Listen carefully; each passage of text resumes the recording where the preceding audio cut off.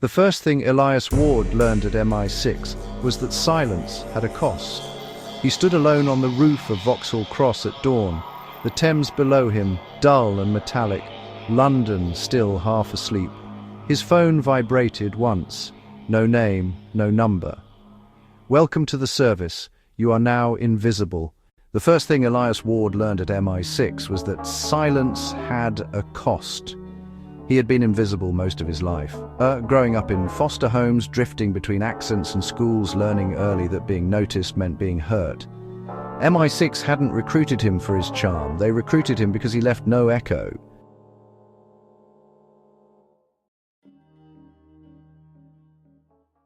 His handler was known only as Marrow, a man whose voice sounded permanently tired, as if secrets had weight. Your first assignment is a courier recovery. Low profile, no weapons discharge, no heroics.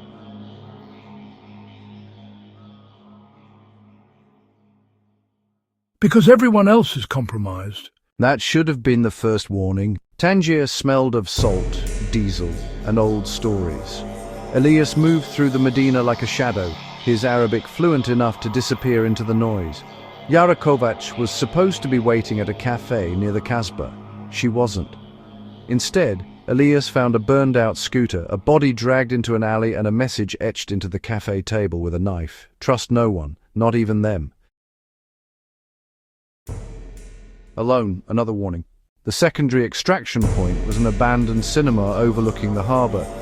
The projector still worked, flickering an old black-and-white film onto a torn screen. Someone was already there. "You always were late."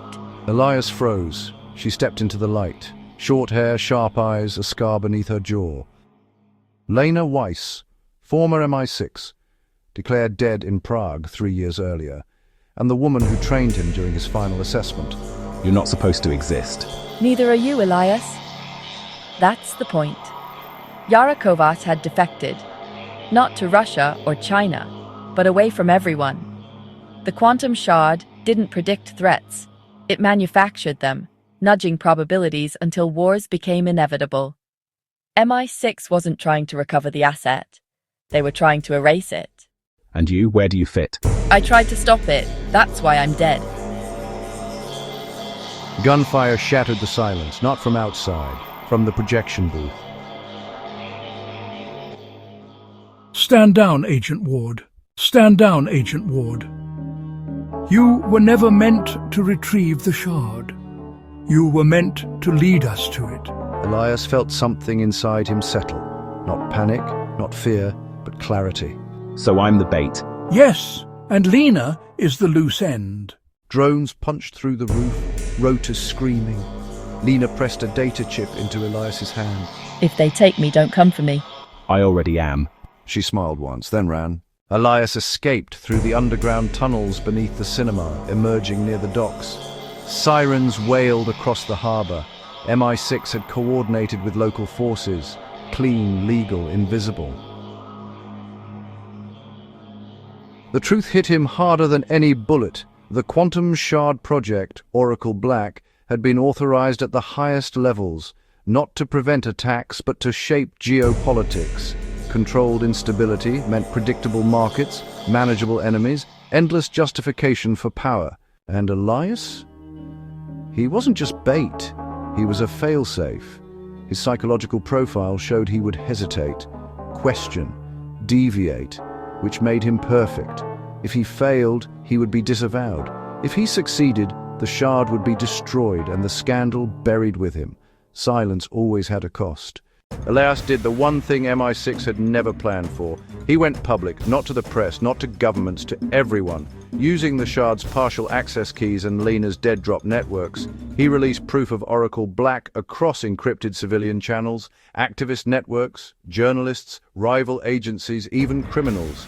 Chaos bloomed, borders tightened, markets trembled, allies accused allies. MI6 scrambled to contain it, but containment was impossible once the truth had momentum. Marrow called one last time. "You've destroyed careers, nations." "No," Elias said quietly. "You built a weapon. I pulled the pin. And Lena? She taught me the job. You taught me the lie." Officially, Elias Ward never existed. Unofficially, intelligence agencies whispered a new name, the Quiet Asset, the agent who betrayed no country, but refused to serve a system that fed on shadows. Some said he was hiding in South America. Others claimed he worked with no flag at all. Obedience ensures survival. Silence is a choice. And somewhere in the noise of a changing world, Elias Ward remained invisible, watching, waiting, and no longer alone.